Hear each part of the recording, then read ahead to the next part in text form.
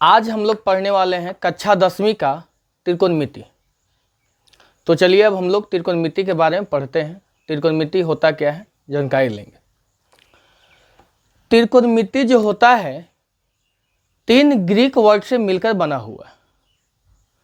त्रिकोणमिति 3 Greek word से मिलकर बना हुआ है, जिसमें त्रि एक वर्ड होता है, एक आपका गौण होता है और एक आपका मेट्री होता है। ट्री का मतलब होता है 3, गौण का मतलब होता है भुजा और मेट्री का मतलब होता है माप या मापन। यानी गणित का वह शाखा जिसके अंतर्गत 3 भुजा वाले आकृतियों का अध्ययन करते हैं। अर्थात जितने भी हम लोग बहुपद पढ़े हैं, बहुपद में 3 भुजा केवल और केवल त्रिभुज का होता है।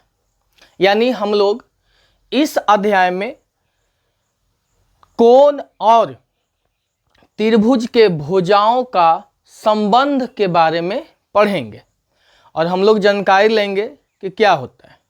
तो चलिए अब हम लोग चलते हैं, आगे की ओर बढ़ते हैं। आखिर त्रिकोणमिति का क्या उपयोग है हमारे जीवन में, इसका उपयोग क्या क्या होता है। तो जैसे बात यह है कि त्रिकोणमिति का उपयोग पहले आपके दार्शनिक लोग पृथ्वी से तारों के बीच के दूरी को ज्ञात करने के लिए किया करते थे। आज के तौर पे इसका उपयोग इंजीनियरिंग क्षेत्र में और भौतिक विज्ञान के क्षेत्र में अधिक किया जाता है। तो चलिए अब हम लोग आगे की ओर बढ़ते हैं और चलते हैं। अब हम लोग पढ़ेंगे त्रिकोणमितीय सर्वमिकाएं। तो त्रिकोणमितीय सर्वमिकाएं, त्रिकोणमितीय सर्वमिकाएं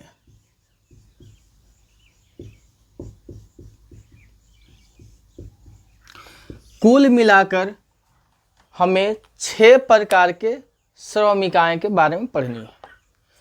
पहली सर्वमिका जो है वो आपका साइन होता है।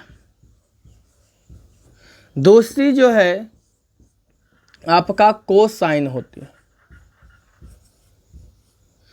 तीसरी जो है आपका टेंजेंट होती है।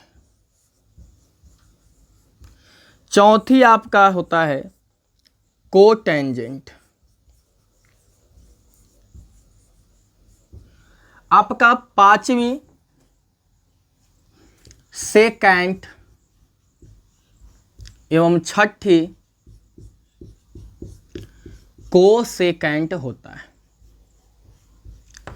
कुल मिला के हमें 6 प्रकार की सर्वमिकाएं पढ़नी है, जिसमें आपका sine, cosine, tangent, cotangent, secant और कोसेकेंट पढ़नी है। तो इसका अब हम लोग उपयोग त्रिभुज के माध्यम से पढ़ेंगे कि ये सर्वमिकाएं का उपयोग त्रिकोणमिति में यानी त्रिभुज के द्वारा कैसे किया जाता है। उससे पहले हम लोग पढ़ेंगे त्रिभुज के बारे में कि त्रिभुज क्या होती है, क्या चीज़ें होती हैं, उसमें से कौन सा त्रिभुज का उपयोग त्रिकोणमिति में किए जाते हैं, उसके बारे में भी हम लोग पढ़ते हैं। चलिए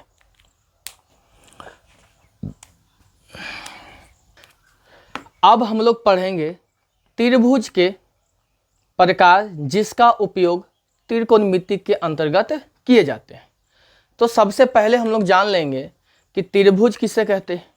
तो आप सभी को पता होगा कि 3 रेखाखंड से घिरे हुए क्षेत्र को त्रिभुज कहते हैं। त्रिभुज किसे कहते हैं?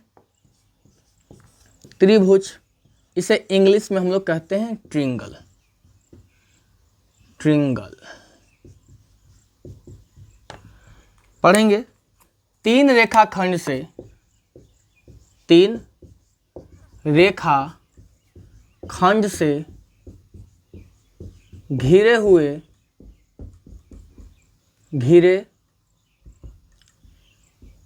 हुए बंद आकृति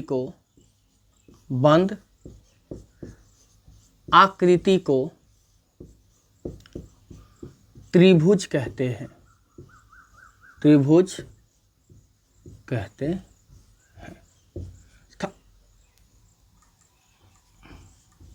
त्रिभुज कहते हैं।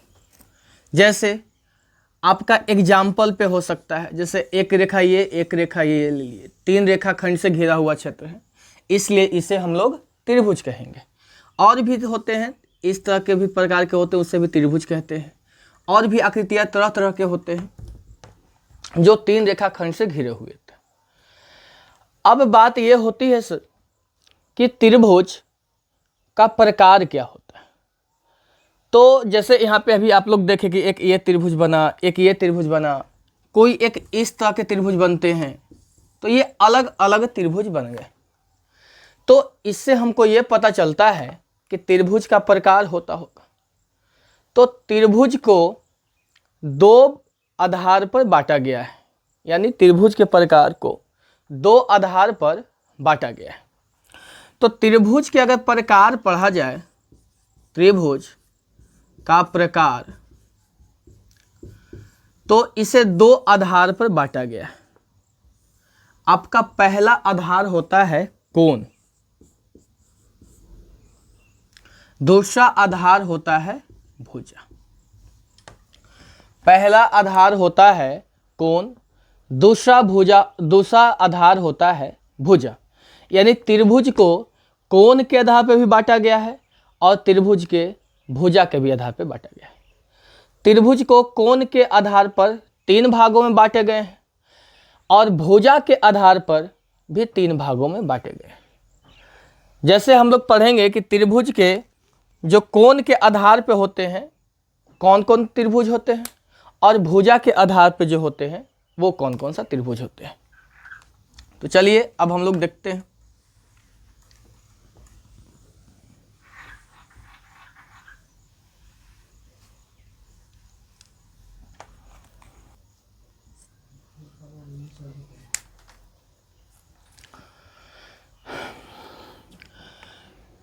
त्रिभुज को 2 आधार बांटेगा। त्रिभुज भुजा के आधार पे 3 भाग होते हैं और त्रिभुज का कोण के आधार पर भी 3 भाग होते हैं।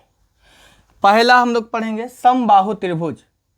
समबाहु त्रिभुज उस त्रिभुज को कहते हैं जिसका प्रत्येक भुजा बराबर हो, यानी वैसा त्रिभुज जिसका सभी भुजा बराबर हो, उसे हम लोग समबाहु त्रिभुज कहते हैं।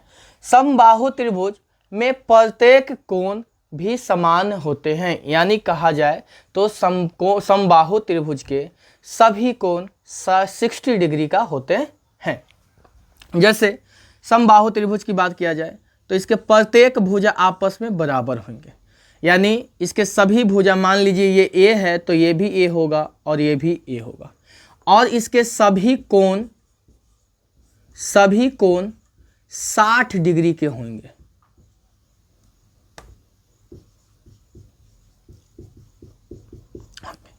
दूसरी बात हम लोग पढ़ते, दूसरी भाग पढ़ेंगे समद्विबाहु त्रिभुज। समद्विबाहु त्रिभुज जिसका 2 भुजा बराबर हो, उसे हम लोग समद्विबाहु त्रिभुज कहते हैं, और इसके 2 कोण भी आपस में बराबर होते हैं।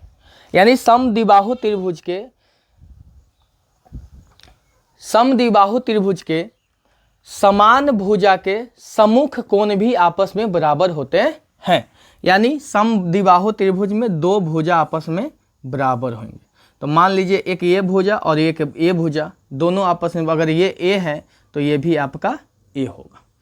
आगे हम लोग पढ़ते हैं, और इसके 2 कोण भी बराबर होंगे। एक ये कोण यानी इसके सामने वाला भुजा कोण ये, और इस भुजा के सामने वाला कोण ये, दोनों कोण आपस में बराबर होंगे। अब अगला हम लोग चलते हैं विषमबाहु त्रिभुज। वैसा त्रिभुज जिसका एक भी भुजा बराबर नहीं हो, उसे हम लोग विषमबाहु त्रिभुज कहते हैं।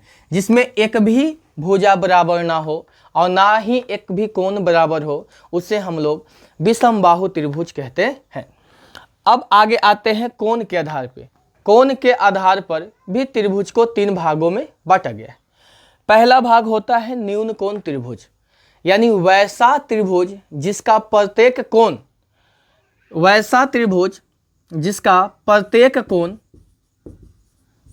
कोण 0 से बड़ा लेकिन 90 से छोटा होता है, 90 से छोटा होता है, उसे हम लोग न्यून कोण त्रिभुज कहते हैं। आगे हम लोग पढ़ेंगे समकोण त्रिभुज। समकोण त्रिभुज वैसा त्रिभुज होता है जिसका एक कोण समकोण परंतु शेष 2 अन्य कोण न्यून कोण होते हैं। यानी वैसा त्रिभुज जिसका एक कोण समकोण परंतु शेष अन्य 2 कोण न्यून कोण होते हैं, उस प्रकार के त्रिभुज को हम लोग समकोण त्रिभुज कहते हैं। इसकी आकृति इस तरह से होती है। ये समकोण त्रिभुज, इसका एक कोण 90 डिग्री का हो गया। आगे अब हम लोग पढ़ते हैं अधिक कोण त्रिभुज। अधिक कोण त्रिभुज वैसा त्रिभुज होता है जिसका एक कोण 90 डिग्री से अधिक हो और शेष कोण 90 डिग्री से कम हो, अर्थात शेष से 2 कोण न्यून कोण हो और एक कोण अधिक कोण हो, उसे हम लोग अधिक कोण त्रिभुज कहते हैं। इसकी जो आकृति होती है इस तरह से होती है। इसकी आकृति इस तरह से होती है।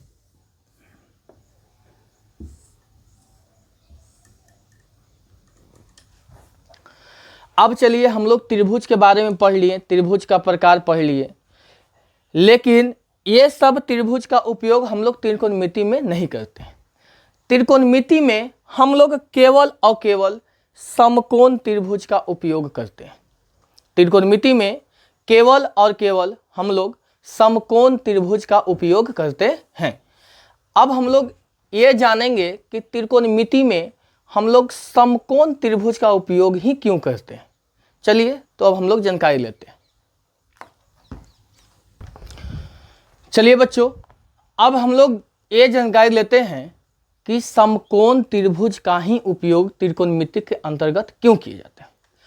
हमने आपको शुरुआत में ही बताया था कि त्रिकोणमिति का उपयोग हम लोग किसी दूरी मापने के लिए या त्रिभुज के भुजा को माप निकालने में किया करते हैं।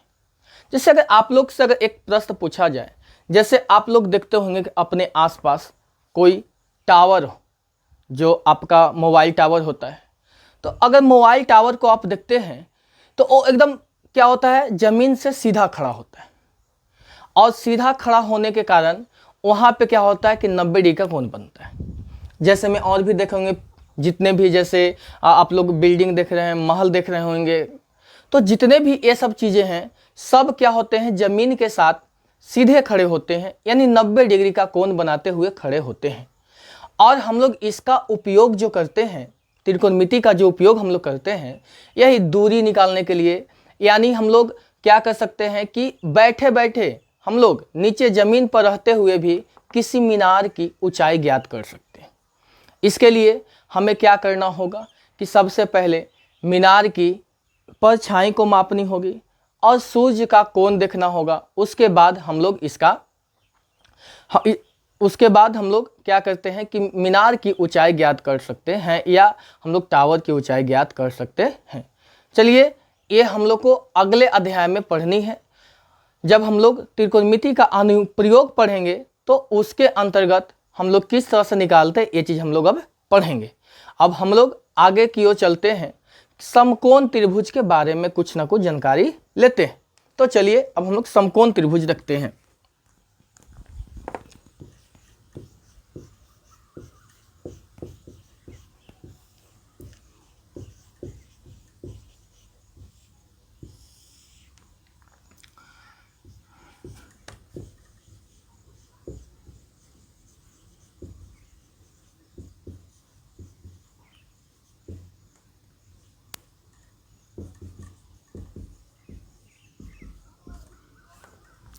तो चलिए अब हम लोग पढ़ते हैं समकोण त्रिभुज के बारे में। तो समकोण त्रिभुज के बारे में भी हम लोग देखते हैं। समकोण त्रिभुज उस त्रिभुज को कहते हैं जिसका एक कोण समकोण होता है। तो यहाँ पे देखिए ये जो कोण है ये कोण समकोण होते हैं।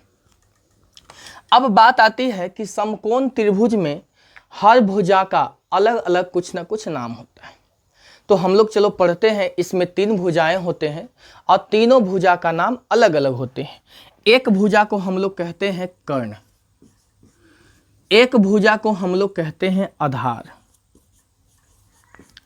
और एक भुजा को हम लोग कहते हैं लंब। तो चलिए अब हम लोग जानकारी लेते हैं कि इसमें लंब कौन होगा, आधार कौन होगा और कर्ण कौन होगा। इसके बाद हम लोग आगे क्यों चलेंगे। तो देखिए कर्ण कहते हैं बाबू कि जो समकोण कोण होते हैं, यानी त्रिभुज के जिस भुजा पर, यानी हम लोग कह सकते हैं कि त्रिभुज के समकोण यानी 90 डिग्री के सामने वाला जो भुजा होता है उसी को हम लोग कर्ण कहते हैं।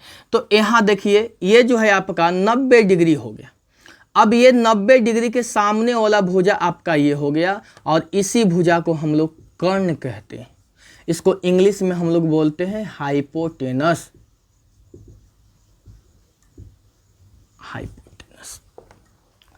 उसके बाद अगर देखा जाए यानी हम लोग कर्ण की परिभाषा लिखते हैं, यानी समकोण कोण के सम्मुख भुजा को कर्ण कहते हैं।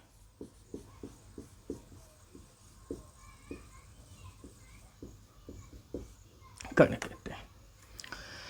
अब आती है आधार और लंब।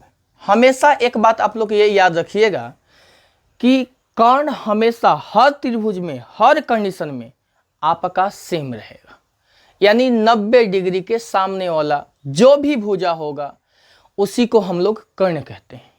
और एक बात ये भी याद रखनी है कि किसी भी समकोण त्रिभुज में सबसे बड़ी भुजा जो होती है वही कर्ण होता है। यानी हम लोग कह सकते हैं कि किसी समकोण त्रिभुज में सबसे बड़ी भुजा कर्ण होती है।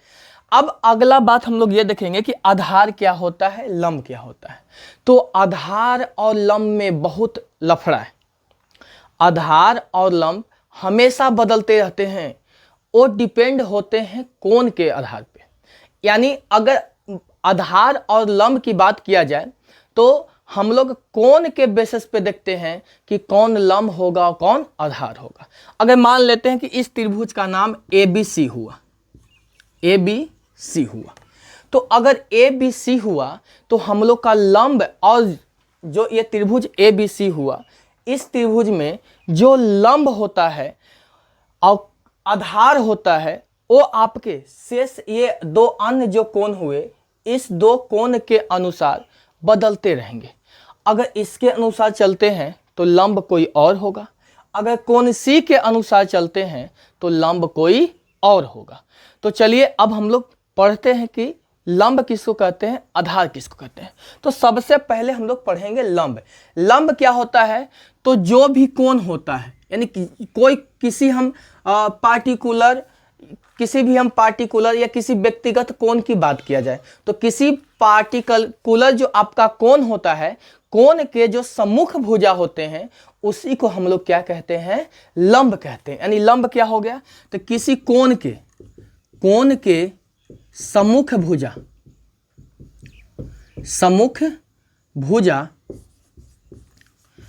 भुजा को लंब कहते हैं, अब बात आती है आधार। तो जब लंब क्या हो गया, सम्मुख भुजा, तो हम लोग कहेंगे कि कोण के संलग्न भुजा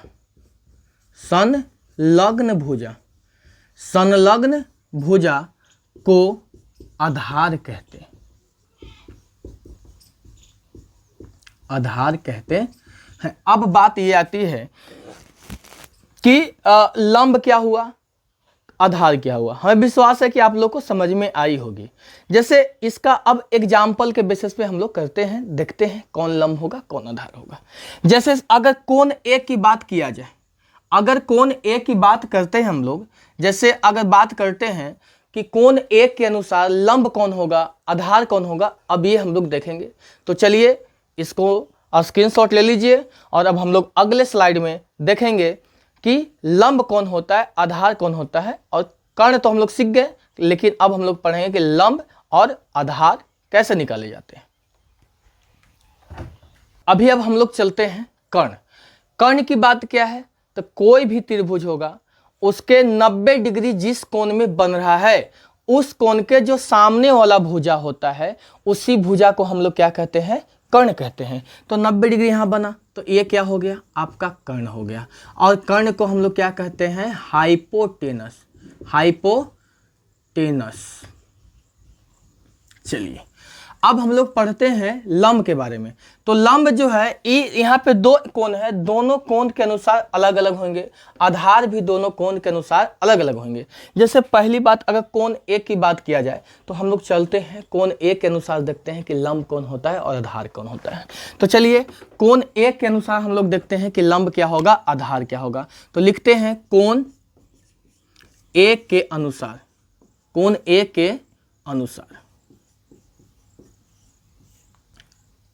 सॉरी,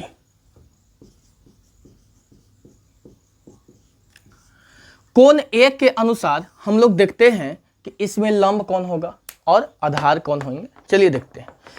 तो अभी आपने डिफिनेशन देखा कि जिस कोण की बात की जाएगी उस कोण के जो सम्मुख भुजा होते हैं उसी सम्मुख भुजा को हम लोग क्या कहते हैं, लंब कहते हैं। तो यहां देखा जाए कि कोण ए की बात कर रहा है तो कोण ए के सम्मुख भुजा कौन हुआ, यहां से ये हो गया। सम्मुख भुजा का मतलब होता है सामने का भुजा, यानी जो कोण बन रहा है उसके सामने वाला भुजा। तो इसके सामने वाला भुजा आपका क्या हो गया, बीसी हो गया। तो इसके अनुसार यदि कहें तो हम लोग लंब क्या हो गया, तो आपका क्या हो गया, बीसी हो गया। लेकिन अगर वही चीज आधार की बात किया जाए तो आधार हम लोग ये जानते हैं कि किसी भी कोण के संलग्न जो भुजा होता है उसी को हम लोग क्या कहते हैं, आधार कहते हैं। तो इस कोण के साथ जुड़ा हुआ जो भुजा होगा, तो इस कोण के साथ जुड़ा हुआ भुजा ये है, तो ये आपका आधार हो गया। यानी हम लोग कह सकते हैं कि आधार यहाँ पे क्या हो गया, ए बी हो गया। लेकिन अगर वही बात किया जाए कि एंगल सी के, यानी कोण सी के अनुसार, कोण सी के अनुसार, कोण सी के अनुसार अगर देखल जाए कि लंब कौन होगा और आधार कौन होगा, तो देखिए अब हम लोग देखते हैं कि लंब कौन होगा आधार कौन होगा। तो अगर कोण सी के अनुसार लंब बात किया जाए और आधार की बात किया जाए, तो लंब क्या होती है, तो हम लोग अभी पढ़े हैं, 2 से 3 बार हम लोग रिपीट भी कर चुके हैं कि किसी भी कोण के जो सम्मुख भुजा होते हैं उसी को हम लोग क्या कहते हैं, लंब कहते हैं। तो यहां देखिए अगर कोण सी के अनुसार चलते हैं तो कोण सी हमारा ये हो गया। अब इसके अनुसार लंब कौन होगा, तो सी के जो सम्मुख भुजा होगा, कोण सी के सम्मुख भुजा आपका क्या हो गया, ए बी हो गया। यानी हम लोग कह सकते हैं कि कोण सी के अनुसार लंब कौन हो गया, ए बी हो गया। और कोण सी के अनुसार यदि कहा जाए कि आधार कौन होगा, तो इसमें आधार यानी संलग्न भुजा आपका कौन है, बीसी है। इसलिए इसका आधार कितना हो गया, आपका बीसी हो गया। चलिए इसको नोट डाउन कीजिए।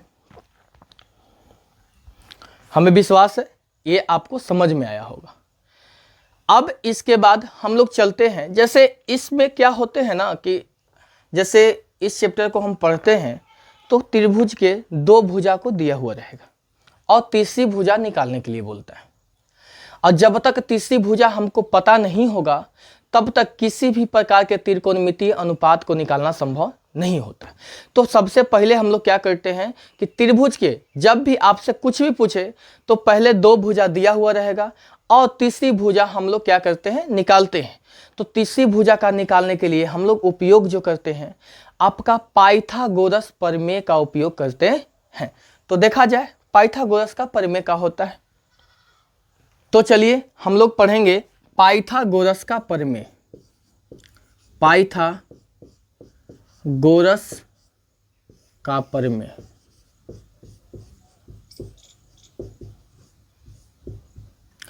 Theory of Pythagoras. तो चलिए देखते हैं पाइथागोरस साहब क्या बोले हैं। पाइथागोरस साहब बताए हैं कि किसी भी समकोण त्रिभुज में सबसे बड़ी भुजा का वर्ग शेष अन्य दो भुजाओं के वर्गों के योगफल के बराबर होते हैं। अर्थात हम लोग कह सकते हैं कि कर्ण का वर्ग बराबर होगा आधार के वर्ग और लंब के वर्ग के योगफल के। यानी हम लोग लिख सकते हैं कि सबसे, चलिए थ्योरम लिख देते हैं, किसी समकोण त्रिभुज में, किसी समकोण त्रिभुज में सबसे बड़ी भुजा का वर्ग, सबसे बड़ी भुजा का वर्ग शेष अन्य दो भुजाएं, अन्य दो भुजाओं, शेष अन्य दो भुजाओं के वर्गों के योगफल के बराबर होते हैं।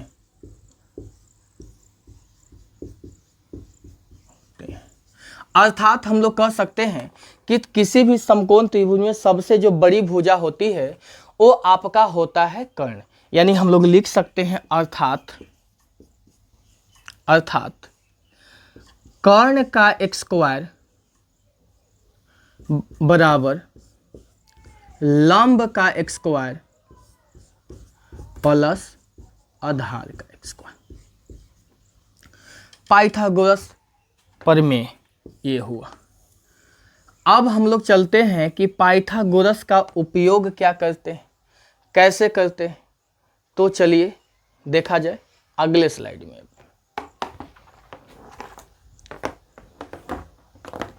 ठीक हो रहे। चलिए अब हम लोग देखते हैं कि पाइथागोरस का उपयोग करके त्रिभुज के तीसरी भुजा को कैसे निकालते हैं। तो चलिए मान लीजिए कि किसी त्रिभुज है। अब ये त्रिभुज के आपका दे रखा है कि ABC एक त्रिभुज है जिसमें दो भुजाएं। मान लीजिए कि आपका ये कर्ण, आपका जो ये कर्ण है, कर्ण आपका दे रखा है 5 सेंटीमीटर। और देख लिए आधार आपका जो है वो दिया हुआ है 3 सेंटीमीटर। और कहेगा कि चलिए इसमें हमको निकाल करके दिखाइए कि लंब कितना होगा, यानी AB कितना होगा। तो अभी हम लोग पढ़े हैं पाइथागोरस प्रमेय। पाइथागोरस का प्रमेय क्या पढ़े हैं कि कर्ण के वर्ग बराबर आधार के वर्ग प्लस लंब के वर्ग होता है। यानी अब पाइथागोरस प्रमेय का उपयोग करेंगे तो लिख सकते हैं कि कर्ण का वर्ग बराबर लंब का वर्ग प्लस में आधार का वर्ग। अब बस कुछ नहीं करनी है आपको। यदि किसी का वैल्यू निकालना, इसमें से किसी का वैल्यू निकालना है तो इसमें बहुत सारे फार्मूला निकालते हैं। कोई निकाल देंगे कि लंब बराबर कर्ण, कोई मेन एक ही फार्मूला होता है। इसी फार्मूला का उपयोग करके और सारे फार्मूला ज्ञात किए जाते हैं। जैसे अगर मान लीजिए कि आपको लंब बराबर निकालना हो तो लंब के एक स्क्वायर बराबर क्या ले जा सकते हैं बाबू। इधर देखिए कर्ण है तो कर्ण के एक स्क्वायर लिख लिए। अब ये आधार को उठा करके अगर इधर ला दिया जाए तो उधर प्लस में था तो इधर क्या हो जाएगा, माइनस में हो जाएगा। तो आधार का एक स्क्वायर हो जाएगा, होगा। अब आधार का एक स्क्वायर हो गया। अगर यहाँ से अगर मान लीजिए कि लंब बराबर निकाला जाए तो इधर एक स्क्वायर है, अगर उसको इक्वल के उस तरफ ले जाते हैं तो आपका क्या हो जाएगा, रूट चढ़ जाएगा। तो लिख सकते हैं कि रूट अंडर कर्ण का एक स्क्वायर माइनस आधार का एक स्क्वायर।